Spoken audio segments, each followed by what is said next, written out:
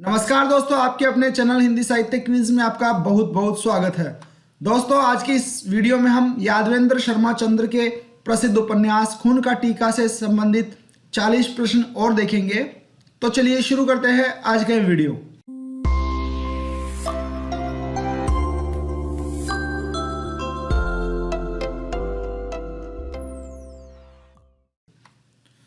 दोस्तों, वीडियो में आगे बढ़ने से पहले मैं आपको बताना चाहूंगा कि खून का टीका उपन्यास से संबंधित ये 3 वीडियोज अभी तक हमारे चैनल पर अवेलेबल करवा दिए गए हैं। अगर अभी तक आपने इन तीनों वीडियोज को नहीं देखा है तो इन तीनों वीडियोज को भी आप जरूर देखें और उसके बाद ही इस वीडियो को देखें तो आपके लिए ज़्यादा हेल्पफुल होगा।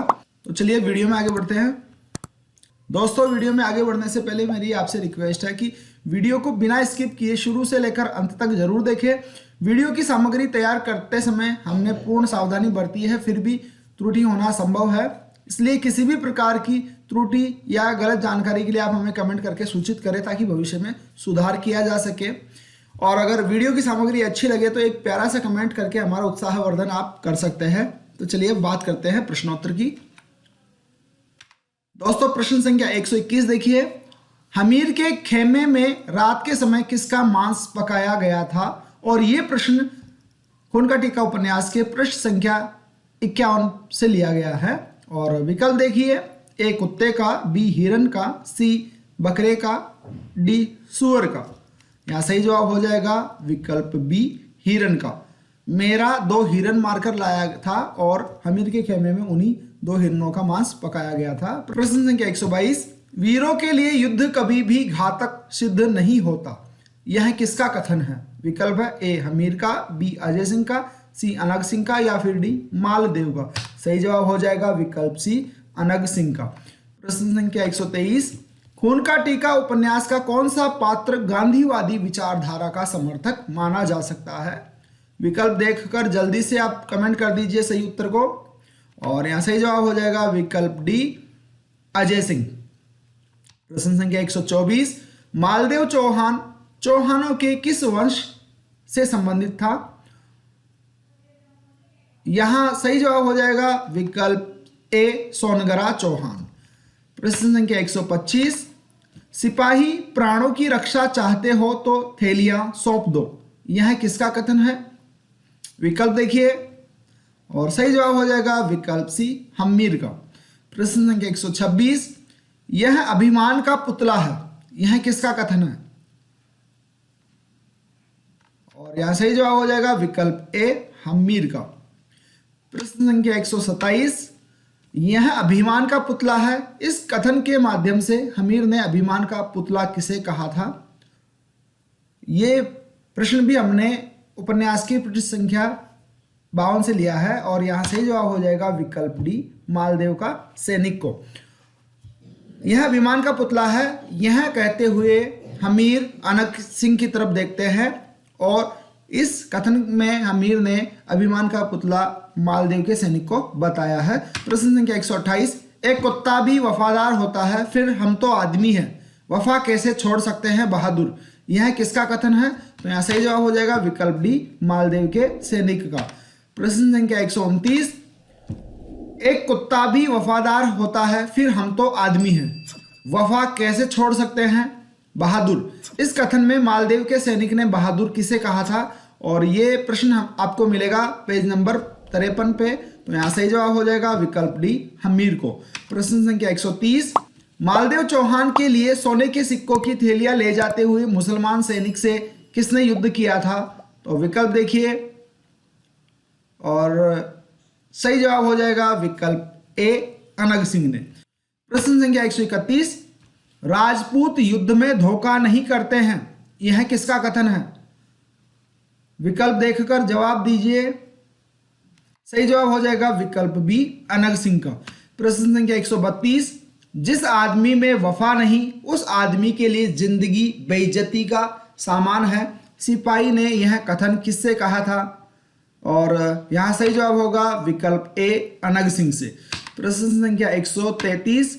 मुझे लड़ने में ही सच्चा सुख प्राप्त होता है, अनग सिंह यह वाक्य किसे कहता है? विकल्प देखिए, ए हमीर को, बी अजय सिंह को, सी स्वयं को, या फिर डी मालदेव के सैनिक को। तो सही जवाब हो जाएगा विकल्प डी मालदेव के सैनिक को। प्रश्न संख्या 134, मालदेव के साथ असहयोग का संघर्ष शुरू करने का सुझाव हमीर को किसने दिया था? विकल्प है, ए अजय सिंह ने, बी पवन सिंह ने, सी बरबड़ी ने, डी मेहरा ने। सही जवाब हो जाएगा विकल्प ए अजय सिंह ने। प्रश्न संख्या 135, मालदेव के साथ असहयोग का संघर्ष शुरू करने के लिए अजय सिंह के सुझाव का समर्थन किसने किया था? विकल्प है, ए लाखा ने, बी पवन सिंह ने, सी बरबड़ी ने, या फिर डी मेहरा ने। तो यहाँ सही जवाब हो जाएगा विकल्प बी पवन सिंह ने। प्रश्न संख्या 136, हिंसा को त्याग कर अहिंसा के आधार पर हम उस राज्य की प्राप्ति के स्वप्न देख रहे हैं जिसकी हर ईंट में शत्रु के खून के लाल छींटे अंकित है। यह किसका कथन है? तो यहाँ सही जवाब हो जाएगा विकल्प सी अनग सिंह का। प्रश्न संख्या 137, पराजय की आशंका होने पर आक्रमण करना मूर्खता ही है। यह कथन अनग सिंह से किसने कहा था? ये प्रश्न आपको मिलेगा पेज नंबर 60 पे। और दोस्तों आपको इस प्रश्न का सही जवाब हमें कमेंट करके बताना है कि इस प्रश्न का सही जवाब क्या होगा। प्रश्न का जवाब देते समय आपको प्रश्न संख्या लिखनी है और साथ में प्रश्न का सही उत्तर का विकल्प लिखकर हमें कमेंट करना है। अगला प्रश्न देखिए, प्रश्न संख्या 138, भीख में स्वराज्य नहीं मिलता काका साहब, भगवती माँ को खून दो वह आपको स्वतंत्रता देगी। यह किसका कथन है? विकल्प देखिए और यहां सही जवाब हो जाएगा विकल्प बी अनग सिंह का। प्रश्न संख्या 139, मालदेव के विरुद्ध युद्ध करने के लिए किसने विषाक्त तीरों की सर्जना प्रारंभ कर दी थी? तो यहां सही जवाब हो जाएगा विकल्प बी अनग सिंह। प्रश्न संख्या 140, उनकी वाणी सुनकर का पुरुषों में क्या मुर्दों में भी जान आ जाती है। इस वाक्य में उनकी शब्द का प्रयोग किसके लिए हुआ है? दोस्तों यहाँ पे बताना चाहूंगा कि का पुरुषों का अर्थ होता है कायर पुरुष, और यहाँ प्रश्न में पूछा गया है कि उनकी शब्द का प्रयोग किसके लिए हुआ है। तो आइए विकल्प देख लेते हैं, ए अजय सिंह के लिए, बी हमीर के लिए, सी अनग सिंह के लिए, या फिर डी चारणों के लिए। तो यहाँ सही जवाब हो जाएगा विकल्प डी चारणों के लिए। प्रश्न संख्या 141, मालदेव के विरुद्ध किए गए युद्ध में किसकी पराजय हुई थी? विकल्प देखिए, ए मालदेव की, बी हमीर की, सी युद्ध अनिर्णित रहा यानी कोई निर्णय नहीं हो सका, या फिर डी युद्ध हुआ ही नहीं। तो यहाँ सही जवाब हो जाएगा विकल्प बी हमीर की। प्रश्न संख्या 142, जय पराजय तो भाग्य की बात है, इससे साहस और धैर्य को नहीं छोड़ना चाहिए। यह किसका कथन है?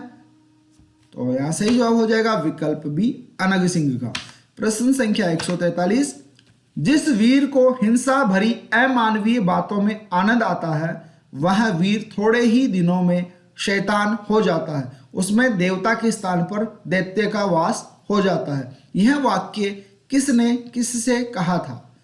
विकल्प है, ए अनग सिंह ने अजय सिंह से, बी हमीर ने अनग सिंह से, सी अजय सिंह ने अनग सिंह से, या फिर डी पवन सिंह ने अनग सिंह से। तो यहाँ सही जवाब होगा विकल्प सी अजय सिंह ने अनग सिंह से यह कथन कहा था। अगला प्रश्न देखिए, युद्ध में पराजय के बाद हमीर ने कहां जाने का निर्णय किया? मालदेव के साथ युद्ध में हमीर को पराजय मिली, उस पराजय से निराश होकर हमीर ने कहीं जाने का निर्णय किया था। तो आपको विकल्प में से सही विकल्प का चयन करके बताना है और यहाँ सही जवाब हो जाएगा विकल्प ए द्वारकापुरी। प्रश्न संख्या 145, द्वारकापुरी जाते समय हमीर के साथ कौन चला गया था? तो यहाँ सही जवाब हो जाएगा विकल्प बी अनग सिंह। दोस्तों आपको याद होगा कि एक बार अजय सिंह भी अपने पिताजी के कहने पर चित्तौड़ छोड़कर चला गया था, तो उस समय अजय सिंह के साथ घायल पवन सिंह भी चला आया था, और अब यहाँ पर हमीर द्वारकापुरी जा रहा है तो यहाँ हमीर के साथ चला जाता है अनग सिंह। प्रश्न संख्या 146, आशाहीन प्राणी कर्म क्षेत्र में नितांत असफल सिद्ध होता है, यह कथन किसने किससे कहा था? दोस्तों यह इंपॉर्टेंट प्रश्न है, इस प्रश्न को विशेष रूप से आप याद रखें। तो यहाँ विकल्प देख लीजिए, ए हमीर ने अजय सिंह से, बी अनग सिंह ने हमीर से, सी अजय सिंह ने हमीर से, या फिर डी बरबड़ी ने हमीर से। तो यहाँ जो सही जवाब होगा वो होगा विकल्प सी अजय सिंह ने हमीर से। जब अजय सिंह द्वारकापुरी जाने लगा था मालदेव के विरुद्ध युद्ध में पराजय के बाद, तो उसे समझाते हुए अजय सिंह कहते हैं कि आशाहीन प्राणी कर्म क्षेत्र में नितांत असफल सिद्ध होता है, इसलिए तुम आशा यानी उम्मीद को मत छोड़ो। प्रश्न संख्या 147, डाल ने तरुआरे पीली ने परवाते, यह गीत कौन गा रहा था? विकल्प ए भील यात्री, बी अजय सिंह, सी भील सैनिक या फिर डी भील जनता। तो यहाँ सही जवाब हो जाएगा विकल्प ए भील यात्री। प्रश्न संख्या 148, युद्ध युद्ध मेवाड़ का हर बेटा ढाल तलवार की बात करता है, यह किसका कथन है? तो यहाँ विकल्प देखिए, ए पवन सिंह का, बी अनक सिंह का, सी अजय सिंह का या फिर डी हमीर का। तो यहाँ सही जवाब हो जाएगा विकल्प सी अजय सिंह का।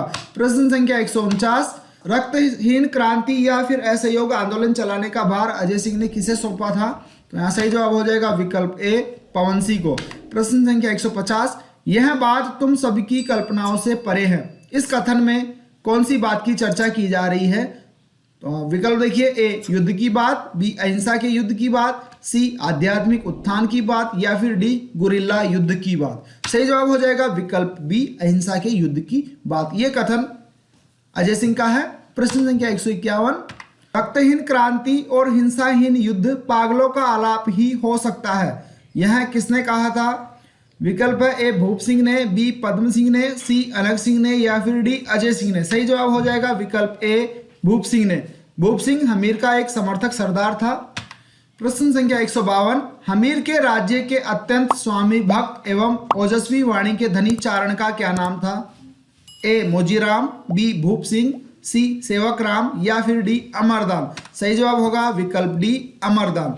प्रश्न संख्या 153, हमें असहयोग आंदोलन को व्यर्थ नहीं समझना चाहिए, यह किसका कथन है? ए पवन सिंह का, बी अजय सिंह का, सी अमरदान का या फिर डी भूप सिंह का। सही जवाब होगा विकल्प सी अमरदान का। प्रश्न संख्या 154, अजय सिंह की मालदेव के साथ असहयोग का संघर्ष की नीति का अंत तक कौन विरोध करता रहा? विकल्प है ए पवन सिंह, बी अमरदान, सी अनक सिंह, डी भूप सिंह। सही जवाब होगा विकल्प डी भूप सिंह।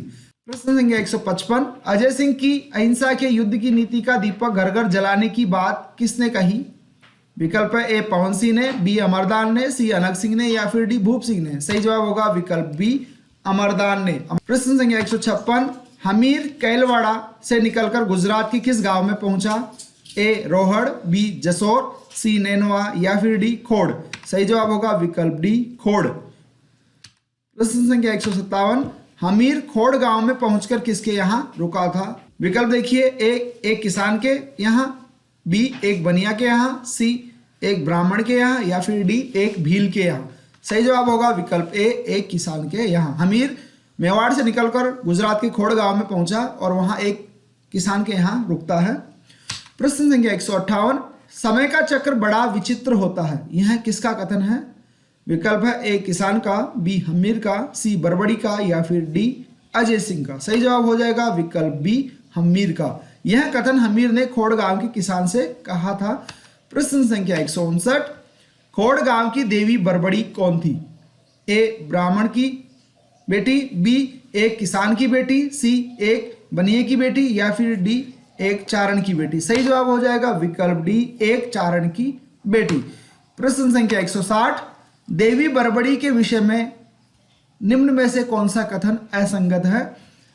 विकल्प है ए वह ज्योतिष शास्त्र की प्रकांड मनीषी एवं शास्त्र ज्ञाता है, बी उसकी वाणी में सरस्वती का वास है, सी वह हिंसा ईर्ष्या और अभिमान से सर्वथा मुक्त है या फिर डी वह एक टूटी फूटी झोपड़ी में रहती है। तो दोस्तों इनमें से एक कथन असत्य है और वो जो असत्य कथन है वो है विकल्प डी वह एक टूटी फूटी झोपड़ी में रहती है, क्योंकि देवी बरबड़ी विपुल वैभव की स्वामिनी थी और उसके पास सुंदर हवेली और कई दास दासियां थे।